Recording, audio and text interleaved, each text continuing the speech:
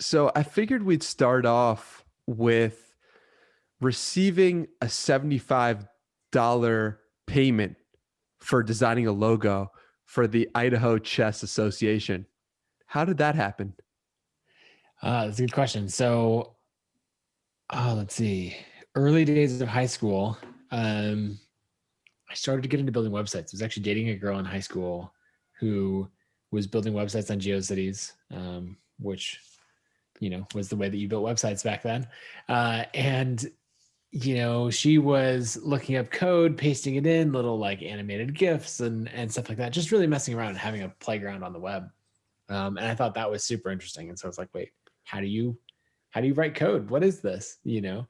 And so she showed me a little bit, and then I ended up taking it quite a bit further and going like, okay, let me get books from the library on HTML and CSS. This is probably 2004, I think. And so I just started diving in. I quickly realized that it wasn't just the code that you wrote, especially back then. You needed design abilities. And so I wanted Photoshop. Photoshop was like $800. And so that wasn't going to be a thing that would happen. But I convinced my parents to buy me Photoshop Elements for my birthday. I think it was like $60 or $70 on sale.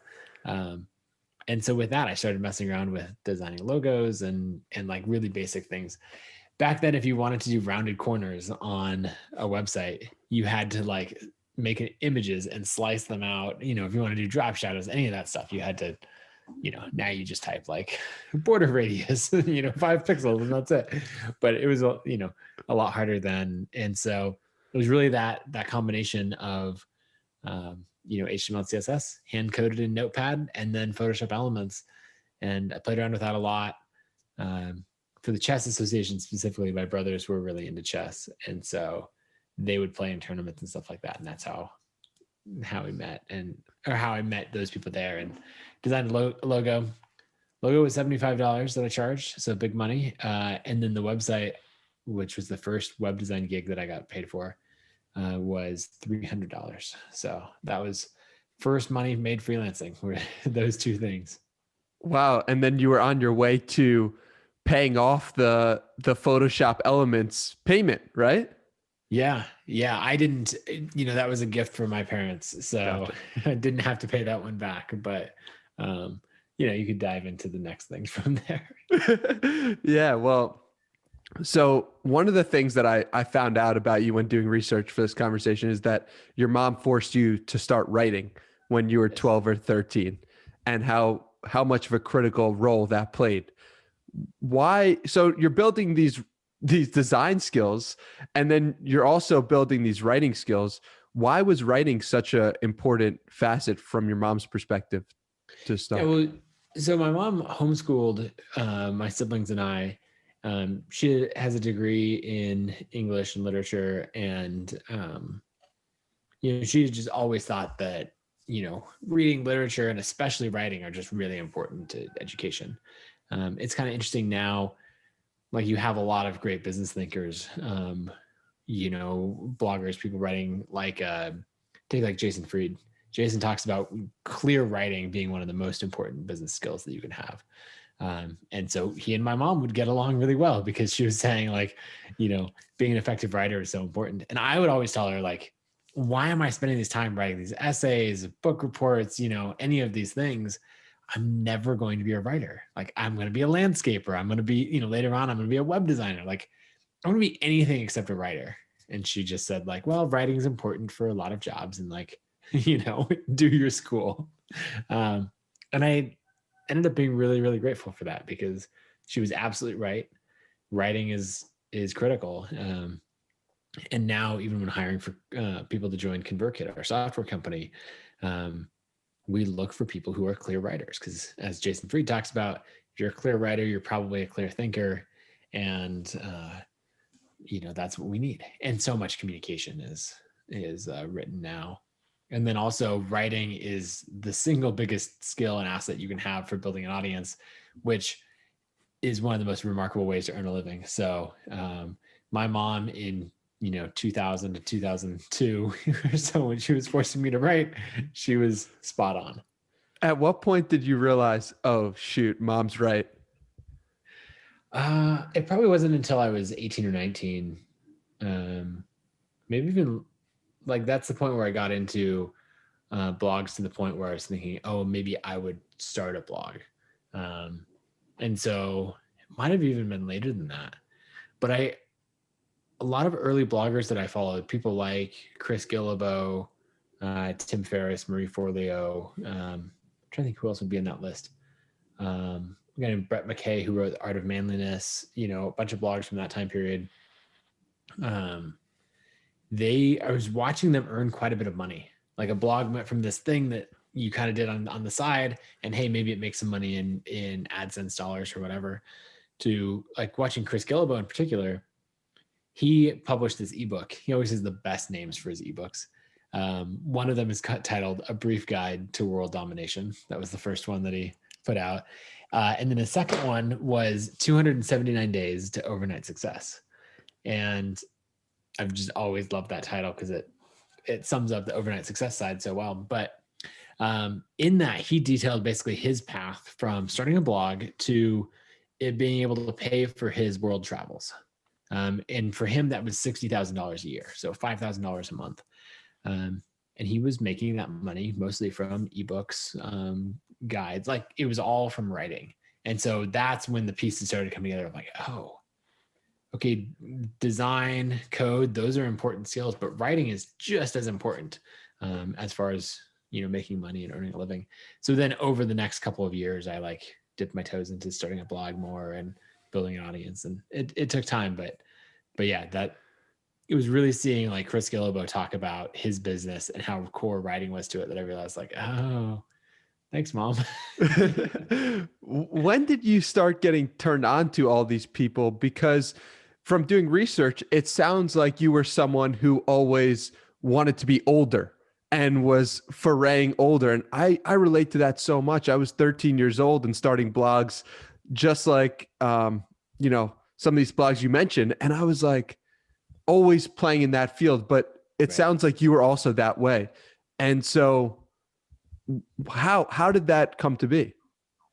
Yeah. Well, I was definitely always trying, like a lot of my friends were older. I tried to graduate from high school. Well, I did graduate from high school early. And just really tried to basically, as far as the pushing to be older, like that side of it really started, or I put in a concerted effort once I was probably 13, I think, and realized that a bunch of my friends were like 15, 16, and maybe even somewhere 17. And so I didn't feel like there was that big of a gap between us until I realized that they're all going to go off to college and I'm not. Like, oh, we're all in high school together, or we can run in the same circles. But then like college was going to make this really obvious that, they're several years older and we're going to have this big rift in our group and I'm going to be left behind. And so that's when I went to my parents and said, hey, this high school thing, is it 4 years or is it a set amount of work and curriculum? And I have older siblings. And so, who had been homeschooled through high school already. And so my mom kind of looked at it and was like, well, it's that curriculum. We've already established it and all of that. So I guess you can do it sooner. I was like, great, like give it to me in to-do list form and we'll knock it out. And so I remember I live in Boise, Idaho, and that's where I grew up. And then my parents are originally from Western Washington. And so we make that drive from Boise to Seattle, which is like 8 hours or so, once or twice a year for family vacation and see family. And I remember thinking, okay, I'm bored when I'm doing algebra. I'm also bored on these road trips. So like, why not combine those two things and, just get it out of the way. And so in 8 hours of driving, I'm like my older brother, who's 6 years older than me, would be sitting next to me. And, he knows all this algebra stuff. And so when I get stuck, I'd ask him a question. You can get through like a month's worth of math lessons, on a road trip. And that was pre-iPad, pre-laptop. And so it was like, great, you get that done. And so that really got me ahead on school. I guess the other side of your question was, where did the blogs come from? And I was just fascinated by business. I read early books that I picked up in that world would be like Rich Dad Poor Dad, or Michael Gerber's The E-Myth. I was just always interested in trying to learn how to make money. But the blogs came from, I guess, two sides. One was in the web design world. If you want to learn anything, you're learning it on a blog. Like the books that I got from the library were, that was how I got started. But then the web standards movement was really big then, of moving in coding from tables and inline CSS over to, standards-based code. And so that was all taking place on blogs. So I was reading more of those. And then at the same time, someone gave me a copy of Tim Ferriss's The 4-Hour Workweek. And so in 2008, that was like, oh, whoa. And then I was reading Tim's blog, and Chris Gillibo had written a guest post. And then, so like I read that, and then Chris was on his book tour and he was coming to Boise. And so then that like really expanded the whole world of getting me deeply embedded in all things blogs, podcasts, and writing online. On the piece of the older friends, why do you think you had so many older friends? It's a good question. Maybe the simplest answer is I have older siblings, and so I was trying to keep up with them, and so a lot of my friends were their friends, and so that probably naturally, like someone could do, I imagine, a whole study on, and it's probably been done, on birth order and, various things there. And so I was always trying to keep up with my older siblings. And so I think that just made me naturally like try to be older, grow up faster. My family didn't have much money. And so that was always a point of contention in the family, and then just a point of stress for me, or for everyone. But, and so I was always trying to find ways to make money and, learn about businesses or do woodworking or whatever else. And so I was the kid who was trying to grow up absolutely as fast as possible. Mm. And you graduated high school at 15, is that correct? Yeah, at 15. And then take me through what your next moves are in life. Yeah. So, the trying to do school as fast as possible paid off. It took me basically 2 years to like get through all of the high school curriculum and start going to college. I was able to do like the final math classes instead of doing them in high school. I was able to take college classes, which was great. One fun little thing, another friend who was a couple years older than me, she had also gone, she had started going to college when she was 16, I think first taking a couple classes and then like finished high school maybe at 16 and a half or 17, and then started going full time. And she'd given me a tip that basically don't tell anyone how old you are because they'll treat you differently. And I was like, well, how are you going to get like, how are you not going to tell people how old you are? And she said, oh, it's easy. They'll ask like, how old are you? And sort of that questioning, and you're like, oh, guess. And they'll be like, I mean, like running through that. I mean, he looks 15, but there's no way that he's here and he's 15. So like 17? And you're like, yeah. Oh, you say, oh, good guess. And like, then they're like, okay, you're confirming that I guessed correctly. And you're like, maybe, but you just move on. Like it was legitimately a good guess. And so it's wrong, but I'm not going to tell you that it's wrong or not. So I remember doing that because I think there were one or two times before I took that advice to heart that I had told people how old I was. And, you get a bunch of 18-year-old college freshmen and they do treat you differently when they're like, okay, he's not just looking super young. He is super young. So withholding some information can be strategic at times. It reminds me of The Standard Pace is for Chumps from Derek Sivers. I don't know if you're familiar with that. I'm very familiar with it. I have, how many copies of Anything You Want? I only have 2 copies of Anything You Want on my shelf right now. But it's my favorite book to give away. And it's exactly that. My version of that early on, and this is one of the amazing things about homeschooling, was talking. I remember a day when I was probably 11 or 12, and we lived up in the mountains outside of Boise. And so it starts to snow, and it's just the most like perfect giant flakes. You can basically watch the level of snow growing, And so you're just staring out the window, and there's this amazing snow accumulating. It's like, this is perfect sledding. Like, how long do I have to sit in here and do school? And, you know, to my parents' credit, again, they're just like, it's how long you do school is up to you. We don't do it for 5 hours a day or, whatever, from 8 to 3. It's just, here's the list as soon as you get it done. And my mom said that, of like, oh, okay, I can be dialed in and focused. Like, let's get all of this done. And, an hour or two later, I'm out there sledding because I was really motivated. And so that was like the first version of realizing, okay, you can set your own pace, or like Derek Siever's music teacher, said, of like, the standard pace is for chumps. And then that played forward into more things of like, okay, I can do things on my own. I can go through high school at my own pace.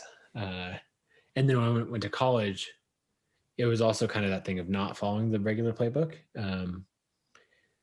I did 2 years of school, first graphic design. And then I didn't like how far it went into art. I wanted to do like computer graphics and web and stuff like that. And it was like deep into all things art. And that wasn't what I wanted. And so I switched to a marketing degree. And then ultimately I dropped out. So I dropped out of college at 17 after 2 years, which is, before most people drop out of high school. And the reason that I dropped out is I was getting more and more web design clients. And, I was going to school in order to learn how to make money. That was my goal. People told me, if you get a degree, your earning potential, like, you show me all the charts and everything. I'm like, okay, all right, I'll get the degree. That sounds good. I want to earn more money. And my freelancing had changed from the $75 logos and the $300 websites to, at that point, I landed my first $10,000 web design, like web application project, and a big build. And I remember calling my mom and being like, I think I want to drop out, and she was, again, really supportive of that. Cause it was like, look, I'm making the money that I set out to make. And so it's just time to pursue that directly rather than continue at school. What made your parents so forward thinking, in the sense of, they're giving you this time frame of just complete your work, which is a very internet way of thinking. It's about the time that it's not about a set time. It's about just completing it. And then supportive of dropping out. Why do you think your parents were that way? Yeah, that's a good question. They've always been that way. My parents are very avid learners. So whether it's things like my dad owned a Christian bookstore for a long time and would always be reading. He's the person who would, like, both my parents, like, in reading the Bible for them, they're like, oh, I think if I learned some ancient Greek, that would help me understand this better. They're like that kind of person who would just be like, oh, let's just dive in and learn it. My mom, has all kinds of certifications. Like, in addition to homeschooling all of us, she would write homeschooling curriculum because she felt like it. She created a language or a flashcards method well before, like, iPhone apps made delayed repetition. Like, she made a folder and a system to do all of that, tools like, what is it, Anki and others, are now popular on iPhone. She was doing that in like 1993. Let's see, what other things? Just constantly. My dad built the house that we grew up in. They were not fans of, like, putting kids through factory education of, like, by, like, join your grade, only hang out with kids your age, sit in a classroom for this amount of time. It was all about hands-on learning, customized to each kid. The other thing that they really stressed that I think was really important is, I think a lot of people, when a kid goes to school, if you think about whose responsibility is it that kid gets a good education or that learns the material. And a lot of people be like, the teacher needs to needs to do it in this way. Or in homeschooling would say like the parent, it's their responsibility. And maybe it's just because there's so many of us kids, because I have 5 siblings, that there couldn't be that level of individual attention. It was very much our job as the kid. Like, you are in charge of your education. If you don't learn, that is your fault. Like here's what you're supposed to learn. Now learn it. And if you need help, come ask me as the parent. But like, I'm not going to sit here and teach everything to you. So I think that was a really important thing, because it teaches, like you're talking about, these very internet age type things of like, all the information is there. There's no speed limit. Like, it's entirely up to you as the individual. And so that served me really well when it came time to learn web design. I wasn't like sitting down and be like, all right, who's going to teach me web design? Come teach me, and if I don't learn this, it's your fault. Instead, it was like, there's infinite information out there on the internet. It's a Google search away. The only limiting factor is your desire to put in the time and effort to learn it and practice and then seek out help. How could we better instill that in the American public school system? Oh, I have no idea. I've never been to public school. I'm a little bit of the person who would refer to public schools as government schools, and say like, throw the whole system out. It's broken. Okay. So how do we fix the system in your perspective? Yeah, I think there's a lot of interesting things with charter schools. Probably the first thing I would do is make more funding available to some of these non-traditional schools, where they're doing something like emphasizing arts, learning foreign languages, things like that. The Montessori schools, any of these things, I think that are where you're ending up in much smaller classrooms, customized to the kids. And also just this idea that, hey, one school might be a good fit for one kid and it might not be a good fit for another kid. And so having that choice. Other things that I love would be like really hands-on projects. Like a friend who went to a public school was able to get his EMT certification in high school. Or like people going, machine shop, or like working in small engines, any of these things that let people do really hands-on, whether it's trades or anything else. I'm a big fan of, and especially if it lets people follow their interest, right? So obviously you're not going to have everyone who's going through high school be like, okay, and now you become an EMT, but I think it's great when some of these schools have those programs. So if someone has the interest, they can learn those things. And also I would try to avoid, I guess putting it in a positive thing, I would try to mix age groups more often. I think that a lot of kids will fall into the exact same habits and patterns of behavior if they're with people who are precisely their own age. And so if you can do that, put kids, like kids who are a little bit older, give them responsibilities to help and teach some of the younger kids, give some of the younger kids the opportunities to hang out with and learn from some of the older kids, and like be called to a little bit of a high, like more mature, more capable level. And then probably the last thing is I would just emphasize tons of free play. There's a lot of studies on that. It's really interesting, of like, go back to the days of the kids just roam the neighborhood, and like we started to get into this territory of, there's a kid out. I actually remember that. I remember being at a Kmart I was probably like 12 or 13. And so many times being homeschooled, we would always do things when, like, if you're going to go to the lake, Wednesday afternoon is the perfect time to go to the lake because there's nobody else there, all of that. And I remember later, like, people wanting to go skiing, and I'm like, but it's Saturday. Why would you want to go skiing on Saturday? There's going to be lines. What's wrong with you? But one thing that would happen is we'd be out and about and people would be like, shouldn't you be in school?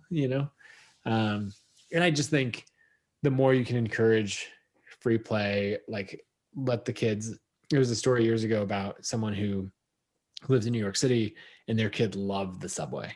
And so they let their 9-year-old, I think, ride the subway by himself.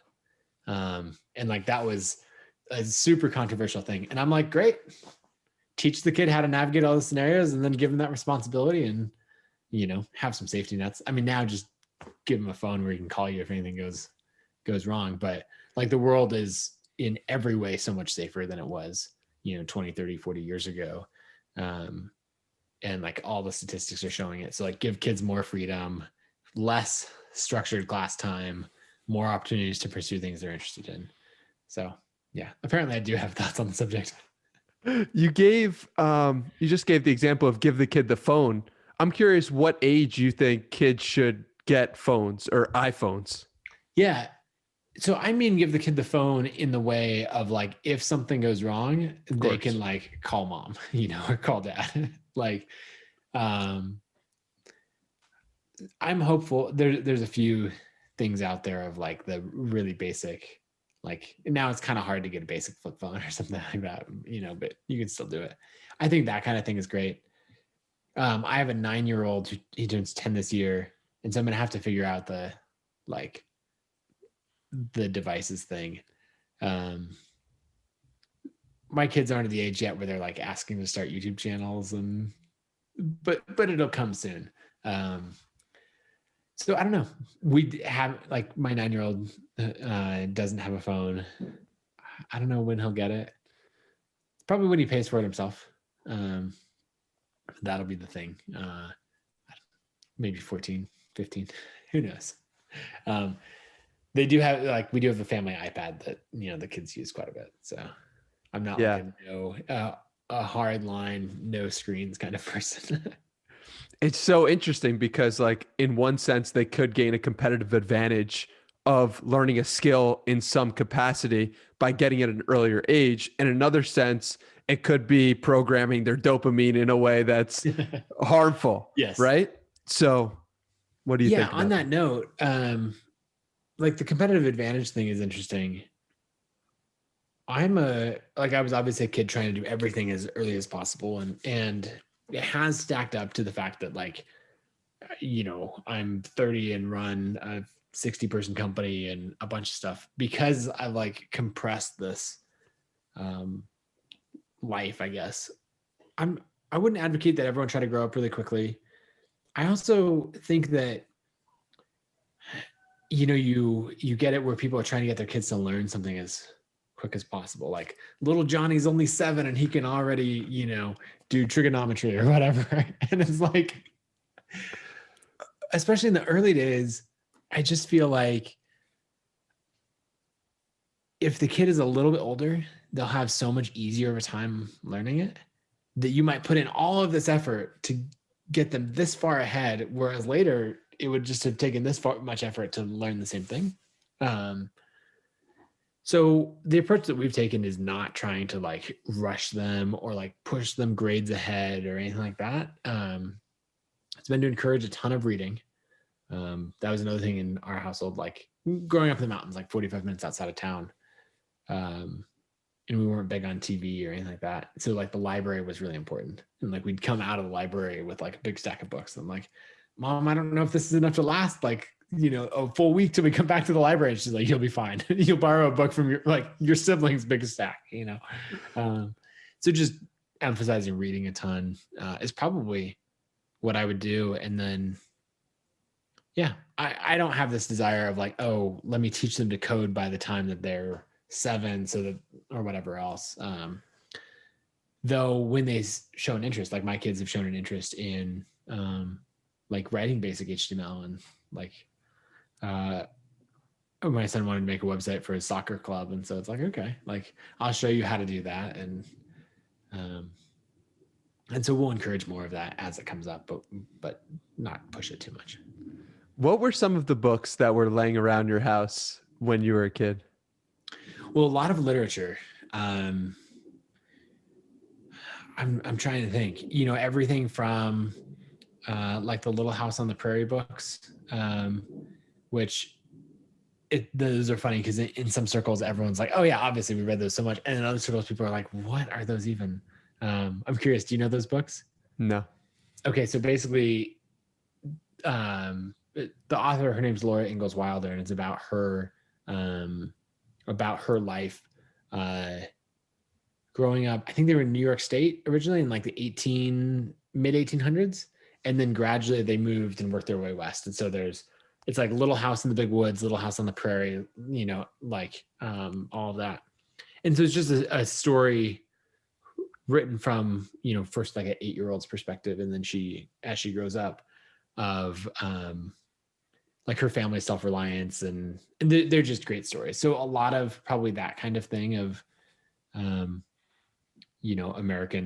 American literature, I don't know, Catcher in the Rye, like a bunch of that kind of stuff. And then just whatever other things we were interested in. I remember like my parents just had a ton of books. And so we'd be like, I'm bored, and mom would be like, here's a Andrew Jackson, like a kid's Andrew Jackson biography, like enjoy, Yeah.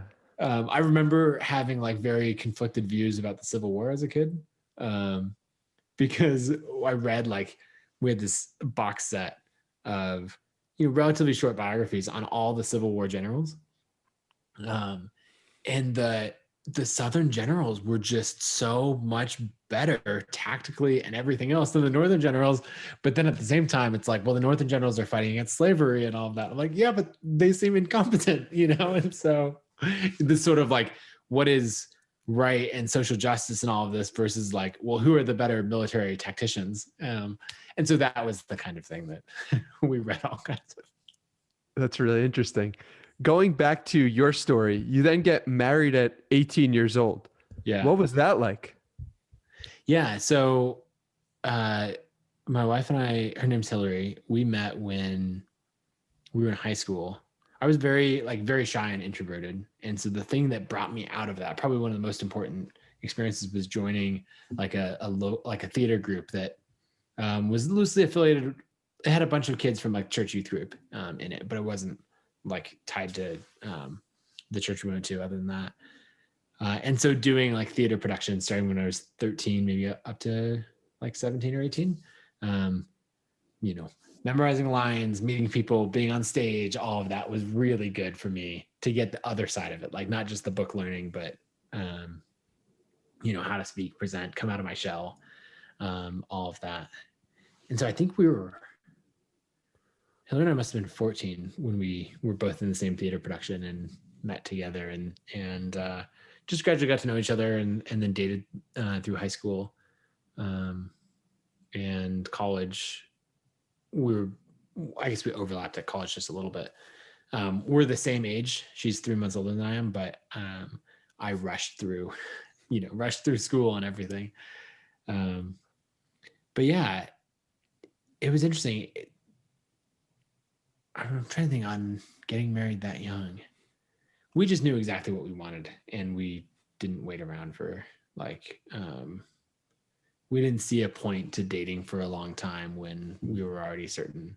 And then in like 2 weeks, we're going to celebrate our 12th wedding anniversary. And so turns out we made the right call. Again, I don't like, sometimes people ask me like, do you think everyone should grow up that fast? And it's like, no, I don't think so. There's no reason to rush through life in that way. That was just very much who I was hardwired to be. There are some really fun side effects, like, we're both 30 and like have a lot of like, we now can do all the travel that we want. We're going to like we're going to be 40 when our oldest graduates high school, like it's crazy. And so just being like being young and having lots of energy to be there with our kids, I think is really fun. But then there were like kind of the other side of it would be building a career. There's sort of a lot of time where you don't have money, right? You're trying to establish your career in those first jobs. And then that first job probably, at least for both Hillary and I, our first jobs like did not have good vacation time. And so probably the only thing that I would wish for maybe differently is having that time where we both have some money to be able to travel. And then also like before having kids, whereas we rushed through that. And so now that our kids are a little bit older and we have money and freedom to travel, then it's like instead of getting that in like when we were 20, we're going to get it more when we're 30, so unless a pandemic comes in and strikes out those plans. Yes, exactly. There's always next year. I'd love to talk about one of your first jobs or your first job where you left a good salary and solid benefits and a team you enjoyed after a few short weeks after your son was born.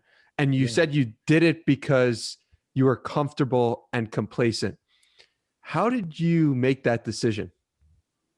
Yeah, there was a lot going on then. So that was 2011. Our first son, Oliver, was about to be born. A lot had gone on at the company. They'd raised a ton of venture capital, scaled up a team. I joined as employee 14. At the peak, they were 75 people, something like that. I think we had raised $20 million in venture capital, like a whole bunch of stuff. And then we'd started to go down the other side, like lost a big client, had to do some layoffs. The company spent money very aggressively. And so there was just a lot going on. And so we'd gone through a few rounds of layoffs, and I still had my job. I was working as a designer. I still had my job. I didn't have a team anymore. It was back down to like 45 people or something. And I just remember thinking about, like, one, I'm ready to do my own thing again, and go back to freelancing, or starting my own business. The other thing is, working in a company, I think, often leads to complacency. Like, something that I would always pride myself on that goes back to my very first job, which was working at Wendy's. And we worked the drive-through at Wendy's, and the manager of the store that I was at would call up another store. I still remember it was the Eagle Road store, like across town, because they also they were super busy, just like we were. And he would say, like, I can't remember what it was exactly, but he's like, what drive-through time are you going to get today? So the average time it takes from when a car reaches the speaker to when they leave with their food. And then, this big timer over the window that says how long that is. And they would say something, oh, we're going to be 51 seconds. And he's like, okay, we're going to get 49 seconds. Like, whatever time you get, we're going to beat it today. And we just dialed in every part of that process. Who worked each job? I worked the cash register. Someone else was on the headset. Someone else was making sandwiches, grabbing fries, and all of that. And we just had it completely dialed in. And it was really fun to try to just optimize everything in the system and work absolutely as fast as possible. And I loved it, freelancing, for similar reasons, because you could charge per project. So I would be like, I'll build out this whole WordPress website for you. It'll be $1,000. And if it took me 25 hours, that was one hourly rate. If it took me 10 hours, that was a pretty sweet hourly rate, And so I loved getting paid in that way. But the thing is, being inside a larger company, especially where people stopped caring as much and that kind of thing, there was just nothing about speed. And then the average speed of everything started to slow down. And people would stand around the pool table, like, complaining about how they didn't get paid enough. And I was like, you're not even working, And I was just another team member. And so there was a moment there towards the end where I just really, really struggled, because I felt like I was working at a small fraction of my potential. But if I put in the full effort, one, I'd get burned out in that culture. And then two, it was like, why? Nobody else is, And so I started to feel myself lose that edge and that desire to work quickly.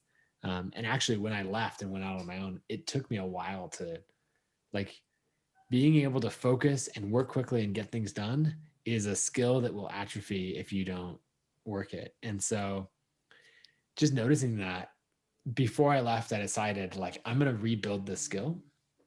And so, partially because of layoffs, more space in the office opened up. So I was able to get my own office and position it so that, I was facing the door instead of the door to my, being able to see my screen from the door. And so what I would do is, work on my stuff, like focused everything for work in like 2 hours a day. And then I'd go to whatever other meetings I needed to go to.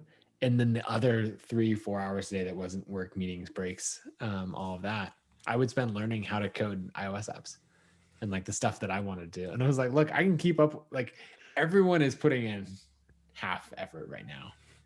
And so I'm going to put in full effort for a very limited amount of time. And then I'm going to spend the rest of the time working on what I want.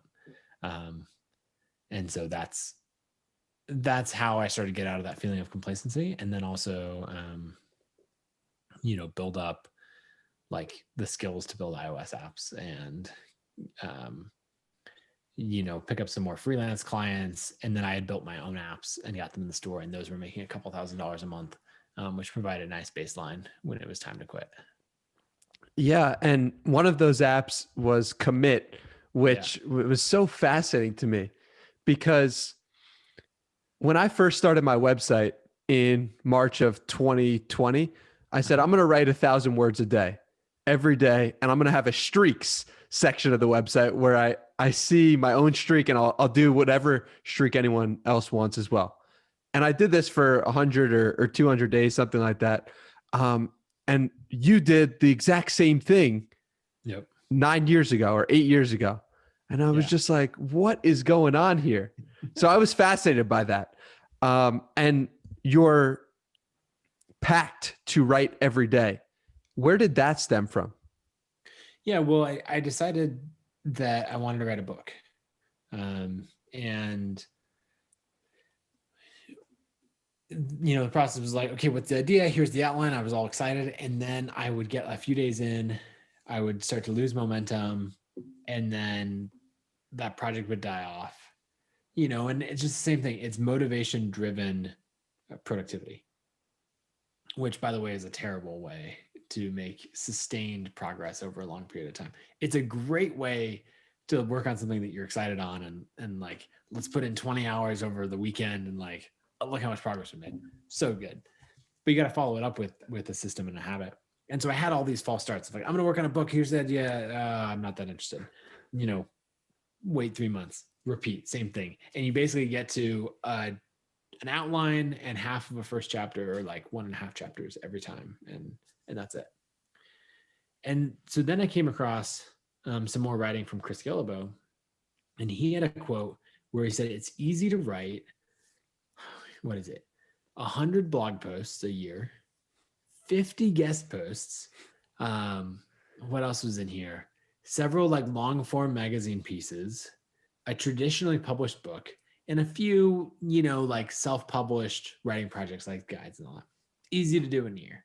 And I'm like, what is going on? Like nothing about that is easy. Like it's easy if you just write 1,000 words a day. You end up, writing, say you write 300,000 words, and then more of that time, the other 50 days are spent editing, refining, all of that. Like you can write a crazy amount on 1,000 words a day. Tim Ferriss also referred to it as like 2 crappy pages. Just focus on getting the work done consistently. Don't worry about the quality, and build that habit. And so I thought, okay, I'm going to do this. I'm not going to have another like momentum and then let it fizzle out, kind of thing. And so I started, actually the first thing that I did in true developer fashion is I was like, I'm going to do this, but first I'm going to build an iPhone app to help me track the progress. And so that's how the Commit app came to be. And that was fun. I released in the App Store and it did well. Like got featured on Lifehacker and stuff like that. But then I would build up little streaks. So I'd get to 10 days in a row and then miss a day, and then maybe 15 days in a row and then miss a day and break the streak. But then I was working on a book called the App Design Handbook. And this is one where it's like, okay, this is really happening. And I ended up building a streak up to, I think, 80 days in a row of writing 1,000 words a day. And in that time, I wrote the book. I wrote a lot of guest posts for other sites. I, wrote posts for my own blog. I started a newsletter, like kind of all of that stuff. And the fun thing about it is, one, it 100% works. Like that show up consistently every day absolutely works 1,000 words is a lot. Like that is hard to do. You gotta like set aside at least an hour a day, probably more. Like you can't just sit down and bust it out. But like the conclusion of that is when I self-published my book, I was at about 80 days in a row. I published, like the book was out. It did really well. We can dive into that. And the very next day, commit popped up on my phone and said, "Are you going to write 1,000 words today?" And I was like, "Nope, done. We did it. Like the book is published. That was a ton of work, but it's done. It feels super rewarding." And then I looked at that streak and it was like 80 days. I just thought, oh, I can't break the streak. Okay. And so that day, I think I wrote a blog post about the launch, like lessons learned or sharing the numbers from it. And then, the next day, like 81 days in a row, what are you going to write about? And I was like, I can't write it. I don't know. I guess I'll write another book. And so the first book was designing iOS applications. And then the next book was on designing web applications. And I just sat down and immediately wrote another book. And 90 days later, I published that. Because turns out in 90 days, you can write 90,000 words. A book is 40,000 words. So you can edit the whole thing. You can write all these guest posts. And it's just like, oh, great. And so I did that. And I ended up keeping that streak going for 600 days in a row. And in that time, I wrote 3 books, grew a blog audience to 20,000 subscribers, wrote tons of guest posts and all kinds of things, and like launched my entire internet career off of that one habit. So if you were to pick a habit, I think you picked a good one in the write 1,000 words a day. It's absolutely incredible. What made you stop the 600 days? What was the end? Yeah, it was not intentional. I think it was one of those things that I thought would just continue forever. And there were, like, just to be clear, there were times that I would be flexible with it. Like sometimes I would deliberately take time off, like take a day off to rest or something, and still count it as a day. Trying to think if there's some big life events or something that happened. But I remember times of like, okay, this is a day that we're very intentionally not going to do that. What would happen is I would also let myself I would get ahead. And so I would say like, I don't want to write, I'm going to go camping. I'm not going to bring my computer. And so I'm going to write 300 words extra a day for like, X amount of time beforehand. And then like have one kind of catch up day afterwards as well. So long as they averaged 1,000 words a day, I was happy. So I wasn't strict.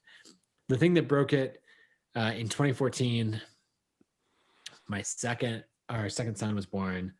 What all happened? Life was super, super busy there. We bought a house. We were remodeling it.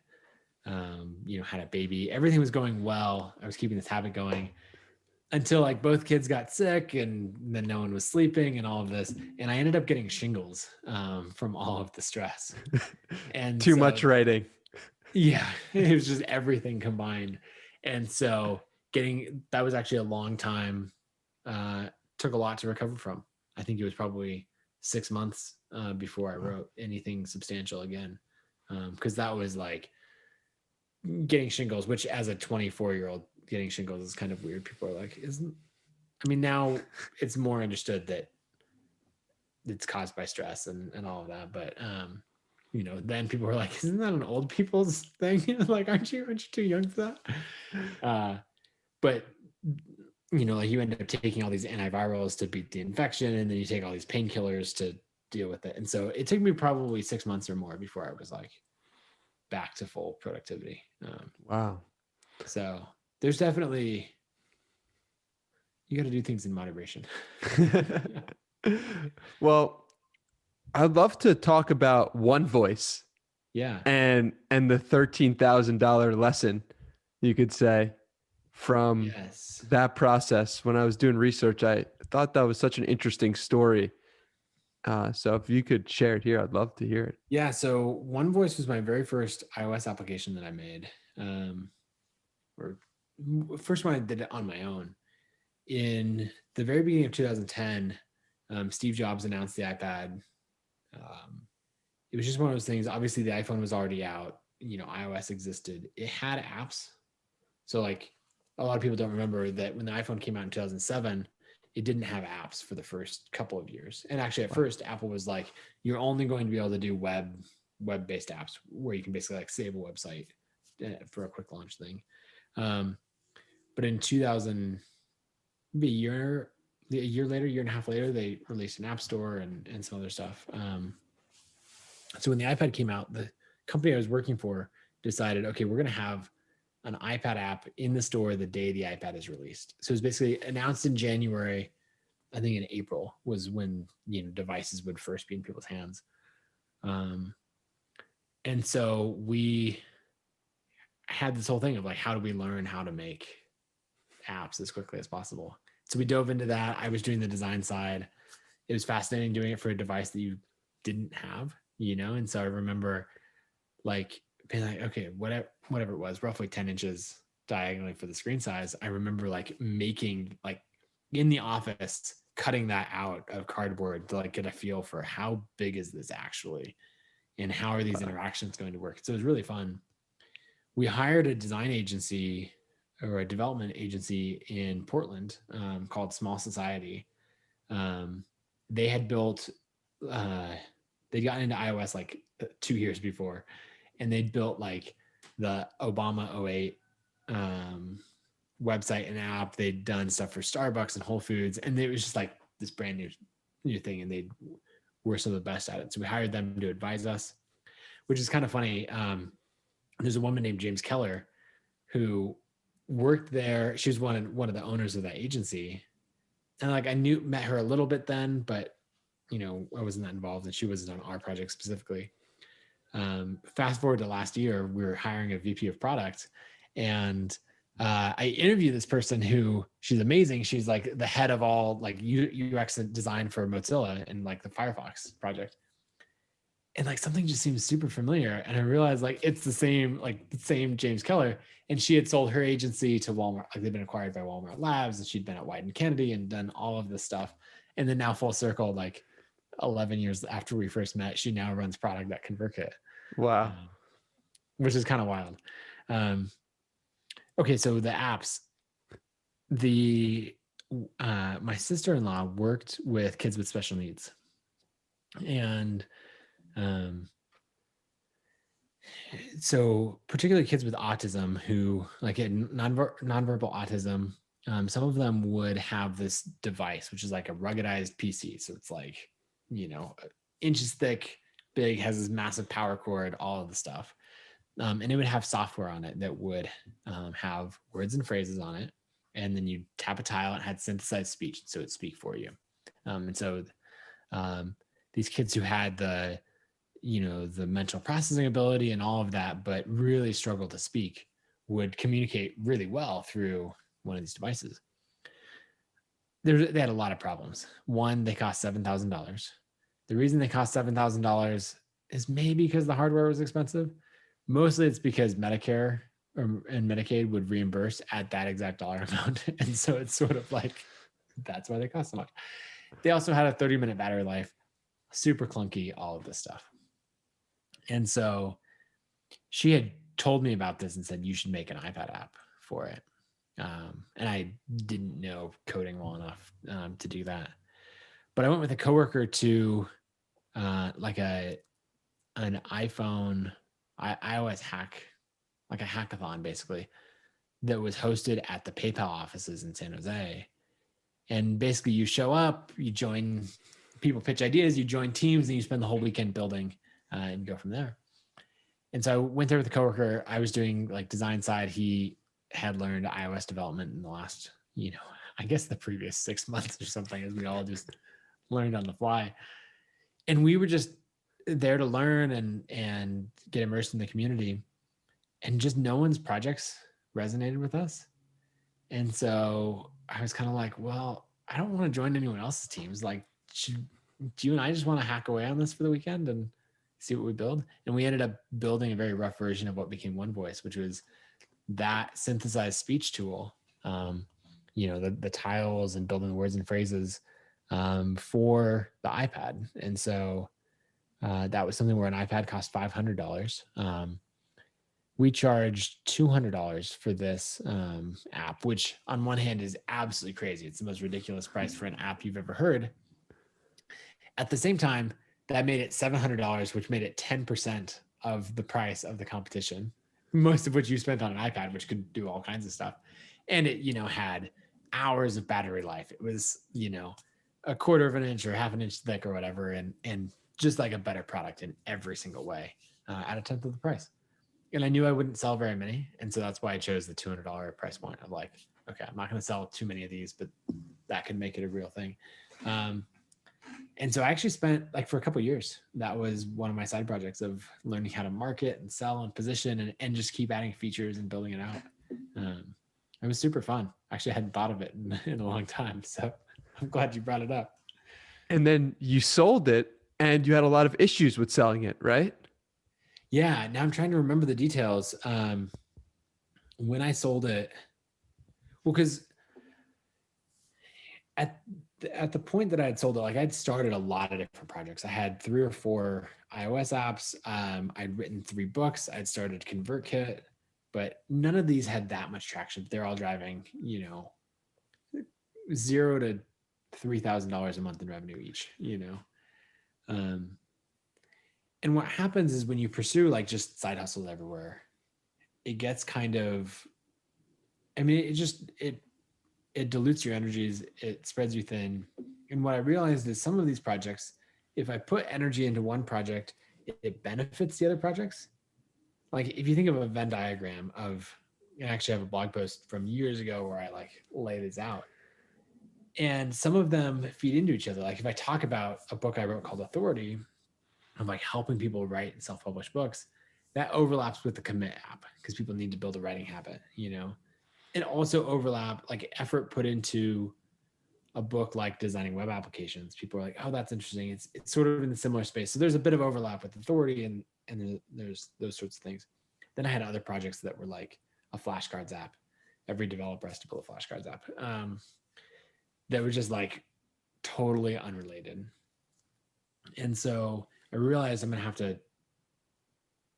I want to only have projects where putting effort into one of them benefits the other projects. And so that meant that the flashcards app had to be shut down. One Voice either needed to be shut down or sold off.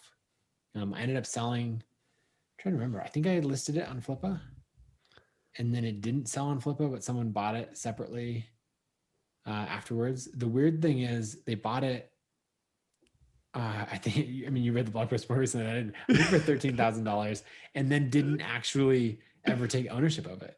Correct. Which was super weird. Of like, why would you buy this thing? And they were a project manager at Google and looking for a side hustle. And so he bought this thing and then left it in my, like, I have all these emails that I sent of like, hey, here's how to transfer it out of my iTunes account into yours and all this stuff. And then there's nothing. And then he came back like months later.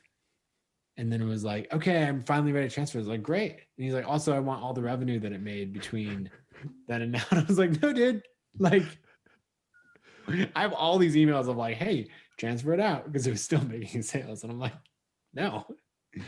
I can't remember how it shaped out. Like, I think he threatened to take me to small claims court. And I was just like, just take the app. Like, so it ended kind of messy, but there were good lessons in there. It's crazy because from reading the blog post about your 2013 year in review, it clearly was something that was on your mind. You were thinking about so much. I don't know if it kept you up at night, but it was obviously a real major annoyance. And today you struggle to remember the details. Yeah. And the point I'm making is not about you having a failing memory, but it's just about like, just the big issues at certain points in our life are so insignificant at other points. Is that also been true from your experience? Yeah, I think so. There's a lot of things that you stress out about that keep you up at night. It's just the biggest problem. And so many of them, it's just like, it's not going to matter, whether in a corporate environment of like, oh, I got to prep for the board meeting or stuff like that. And then like you get past it, it's in the rearview mirror, or like, will we win this customer or any of these other things? They obviously add up to a lot of momentum. But yeah, in the grand scheme of things, each individual thing is not that big of a deal, though it feels like it at the time. And if you told someone like, oh, it's not that big of a deal, they'd be like, screw you,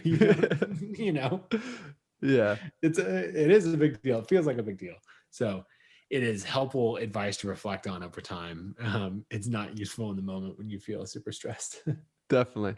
So another thing I want to bring up is unsolicited advice. Yeah. And you were on a camping trip with Barrett Brooks, James Clear, Caleb Wojcik, hopefully I'm pronouncing that right, Wojcik, and Matthew Marshall. Yeah. So this was such an interesting concept. And I was like, I got to hear Nathan talk a little bit about this. Yeah. So we realized we'd formed kind of an informal mastermind group.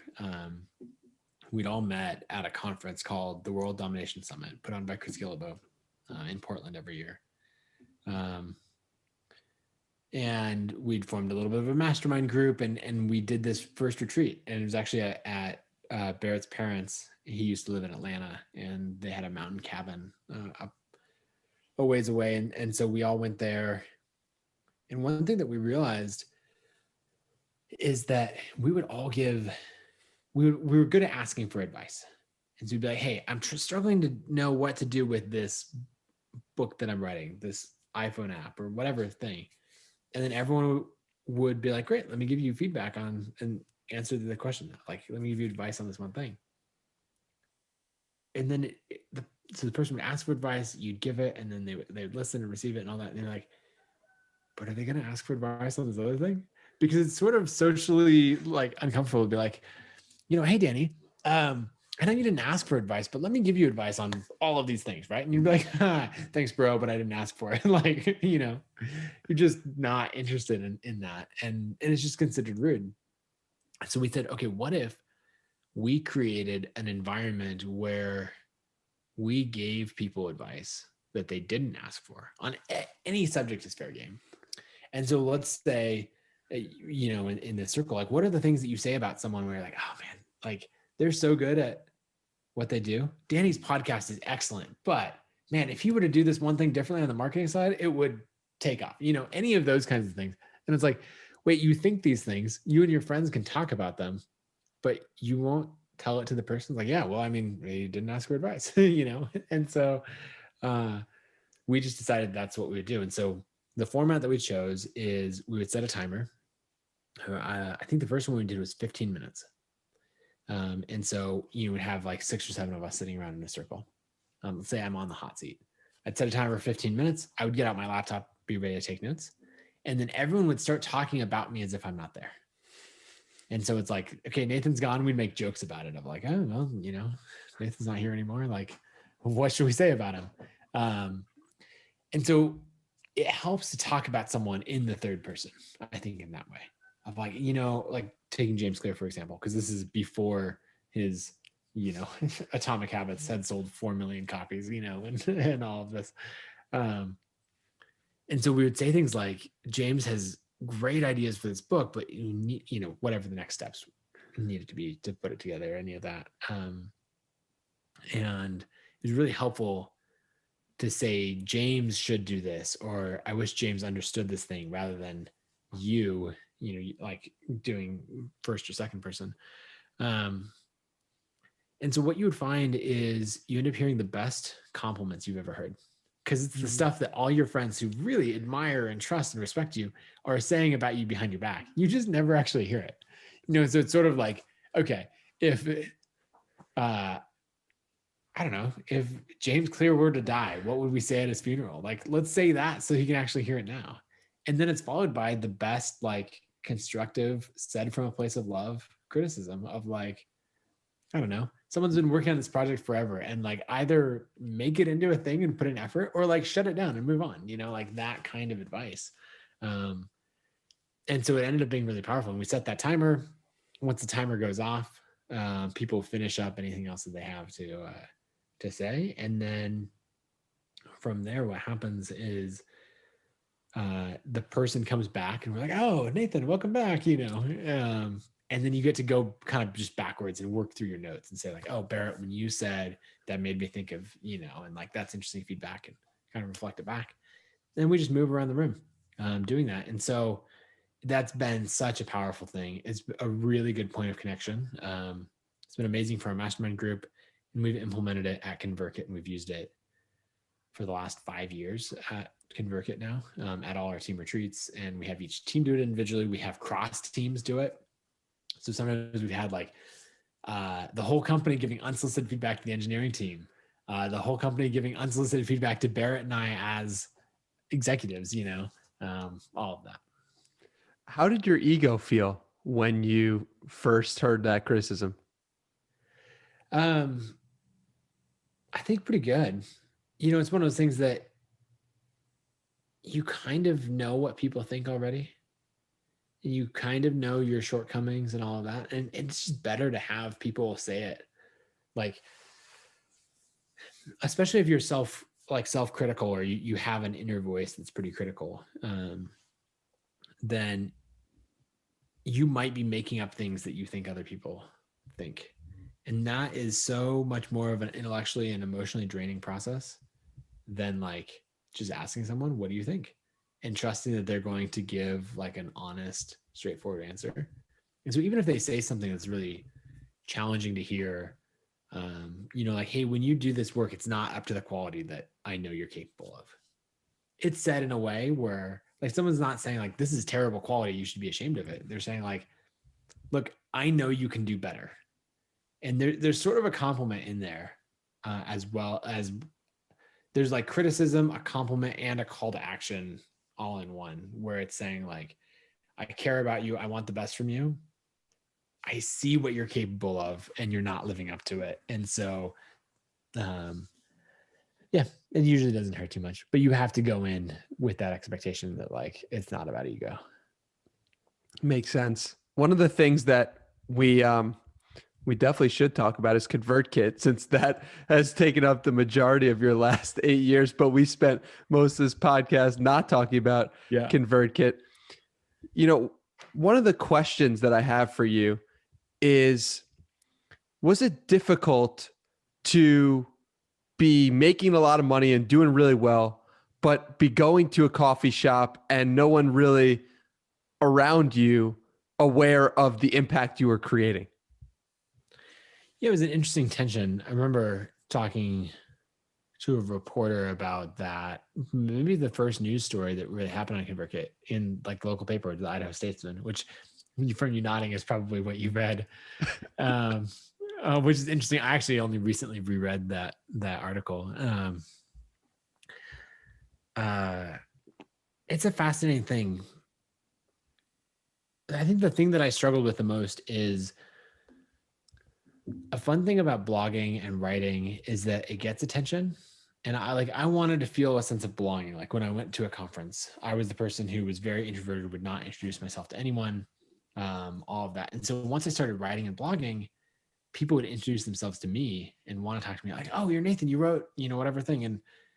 And like, I remember this moment at a conference where someone came up to me and said, like, there's a whole circle of people and we're all talking. And I was sort of at the center of it, I guess. Like the more, people were more listening. It was a conversation, but like around me in that way.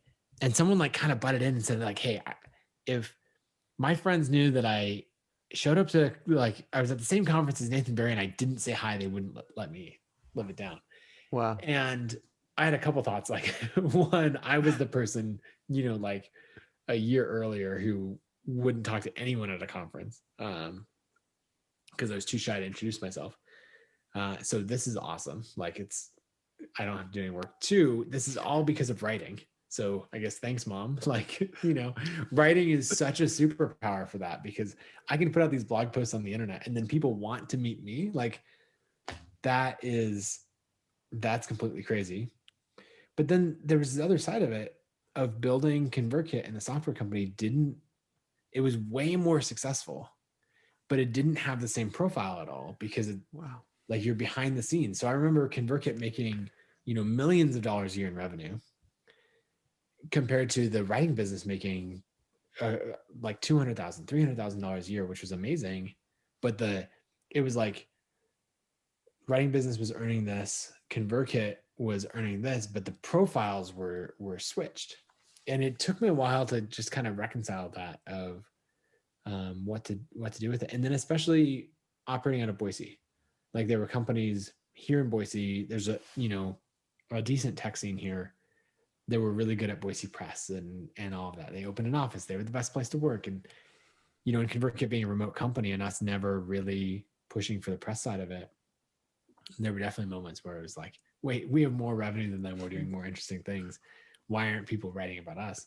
And the fact of the matter is, if you decide that attention is important to you, then you have to pursue it, because that, you know, complaining that people aren't writing about you or you're not getting the press or the stories is sort of like complaining that people aren't buying your product, but you're not willing to do sales, right? Like, you have to realize that press is a direct result of effort put into publicity and talking to reporters and pitching a story and creating a narrative. And so, you know, that was a good thing to let go of and realize, okay, I care a lot more about the business results and the impact than I do about the cover story. How important is attention today for you? I mean, I definitely appreciate it. It's important. I guess I like both sides of it. I like that I've built ConvertKit as a business that, we remember a time, this was back in 2017, 2018, maybe. I was in Denver for some reason, and I like found ConvertKit customers in Denver, sent out emails because I was just like, let me just meet up with ConvertKit customers for coffee. People were like, who are you? And like, ConvertKit had gotten big enough, and my profile, you know, had switched where ConvertKit was the brand and all of that. And so people didn't even know that like I had founded the company. And there's elements of that that's really nice because you can build something that's so much bigger than you.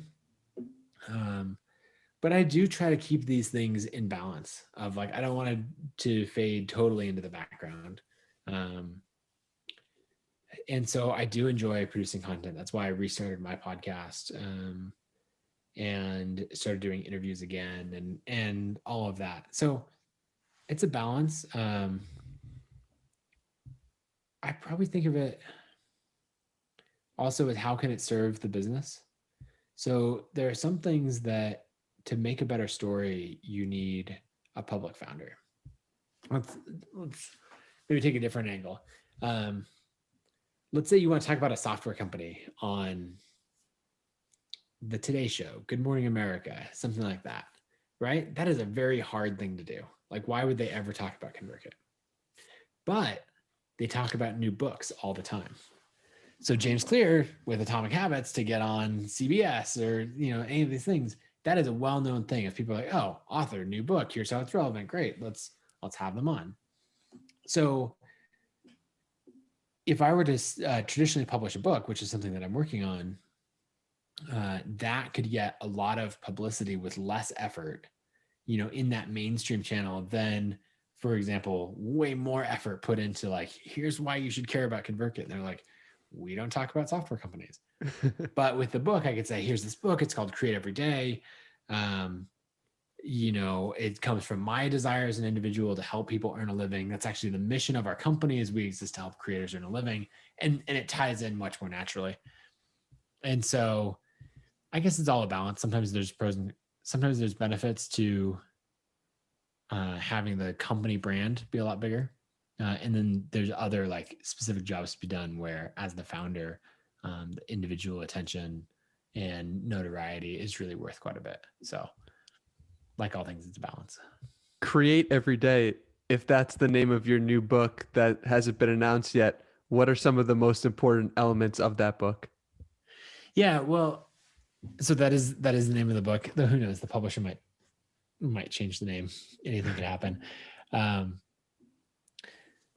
The book is really about all the lessons that I learned of going from, I don't want money to be a problem in my life. Like, I want to learn how to make money and how to, you know, that's a skill that you can learn. I want to learn and understand it. And I don't want it to be a stress point in my life like it was, you know, growing up and, you know, for my family. So it's basically telling the story of that journey and using creative endeavors, like everything I've learned along the way, So there's a lot of things that I talk about a lot of building consistent habits and, showing up for a long time, uh,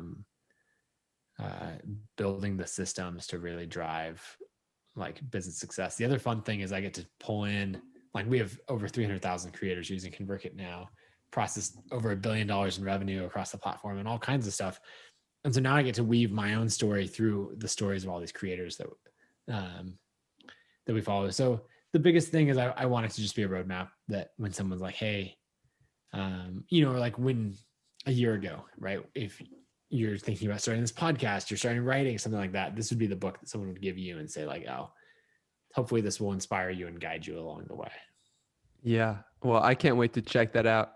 But before I let you go, I have one final question, which comes from Tim Ferriss, who says, what change in your life or behavioral modification are you most proud of? And just to be clear, Tim Ferriss didn't tell me to ask you that question. Yeah. Thanks, Tim. One day. Yeah, exactly. Let's see. It's a good question. I would say something that people don't talk about enough is like the role of counseling and therapy to create, like, just change your relationship with yourself, with everyone around you, and like with your past. Like one example would be that growing up, I have two siblings and my dad who are like very big personalities, like you don't want to get on their bad side, like, right? They can get very angry, very loud and all that. And so I grew up with this idea that emotion is scary and should be avoided. And so like one change, probably since I started seriously going to counseling, maybe in actually around the time that I had shingles, like that was sort of like the like got to figure out a lot of things in life, maybe taking a quick step back, that was, I think, something that I did and a lot of entrepreneurs did or do is derive their self-worth from their output, which is a great idea if you can always maintain that your output is super, super high and whatever else. I'm joking. It's not a great idea, but it works. It's sort of this house of cards that you're like, yeah, it keeps working because look, I can write 1,000 words a day forever. Like, look how amazing I am. All the self-worth that I have. But you're building on a really fragile foundation. And so if something comes along, like, I don't know, shingles, where you just completely lose your productivity, and then the more frustrated you get, like when you sit down to work and you can't focus, and the more you can't focus and get things done, the more frustrated you get, which makes it even harder to focus. And so it's just this vicious cycle. And then when you let that play into your self-worth, because your self-worth comes from your output and what you create and all of that, then it's really hard to get out of. And so a couple of things, like, I think the change that I'm most proud of is one, doing the work to go through counseling and understand a lot of those things. Being able to separate my identity from the things that I create or my output or like my ability to provide value to the people immediately around me. And then like really being able to lean into emotion and conflict and all of those things as healthy and important rather than scary things that should be avoided. So yeah, I guess it's just those journey, like that whole journey over the last 6 years, 7 years in particular, has made a huge impact on my relationships. And then also just the way everyone shows up at ConvertKit, like that, bring your whole self. The number of people that say like, hey, I'm signing off for a few hours because heading off to counseling, like, see y'all back later, like just in Slack at work, like that is a very normal thing. And that's something that I'm really proud of because it's just now part of our culture. What convinced you, other than the shingles, what made you feel like you needed to go to therapy? Yeah, that was it. I basically went from a point of feeling, incredibly productive to then just feeling really depressed, and so it was falling into pretty deep depression. And then like a good friend of mine was actually like, hey, can I give you some, she didn't say unsolicited feedback, but that was basically it. So yeah. And what made you specifically trust that friend as opposed to brushing it off? That's a good question. She's someone I've known for a long time. She's actually not like a year later joined ConvertKit and leads all of her name's Ashley. She leads all of our operations for ConvertKit. And, we've known each other for a long, long time. And she's the one that I think she joined when ConvertKit was like $30,000 a month in revenue. And she like actually filed the paperwork to form the business and all of this stuff that, she turned it into a real business when she came on. But I think probably just seeing that it came from a place of care, and I was also at a pretty low spot where I was like, okay, I need to try something different because this isn't a place that I want to stay. Yeah. Well, I feel the calmness and presence within you. That's clearly probably likely a result of doing some therapy work. And I'm really grateful for this conversation, Nathan. Where can we direct people who want to learn more about you? Yeah. So I have, since, 2010, 2011, I've blogged pretty regularly on nathanbarry.com. As you alluded to, there are year in review posts every year for the past 8 years, I think. And they're kind of fun to look back on. I would just, if you're thinking about getting into blogging, for anyone listening, a year in review is a great place to start. Not because other people will care, though I am a sucker for reading year in review posts. I love them. But it's just, you'll really appreciate it later. Like, it's to have that record. I remember when I first linked to like 2 or 3 previous ones, and I was like, oh, this is great. Like, look, I've got all these years, and it was like 3 of them, and now that it's 8 or 9 or whatever it's turned into, it's just really cool to see. So that's all there at nathanbarry.com. ConvertKit, if you're building an audience online, ConvertKit is a tool you want to do that with. We have a free plan, ConvertKit.com. And then probably the last thing I would say is I have a podcast called The Nathan Barry Show. The current focus of it is called Art of Newsletters. And so you can go find that wherever you want. But if you go search for it on YouTube, Instagram, or Twitter, then you can see like there's daily clips that go out. And so it's a good way to kind of dip into the podcast and learn how people are building like the biggest, most profitable newsletters on the web. So that's what I'm up to. Huge fan of ConvertKit, huge fan of the podcast. Thank you for all you do, and thank you for the conversation, Nathan. Yeah, thanks for having me on.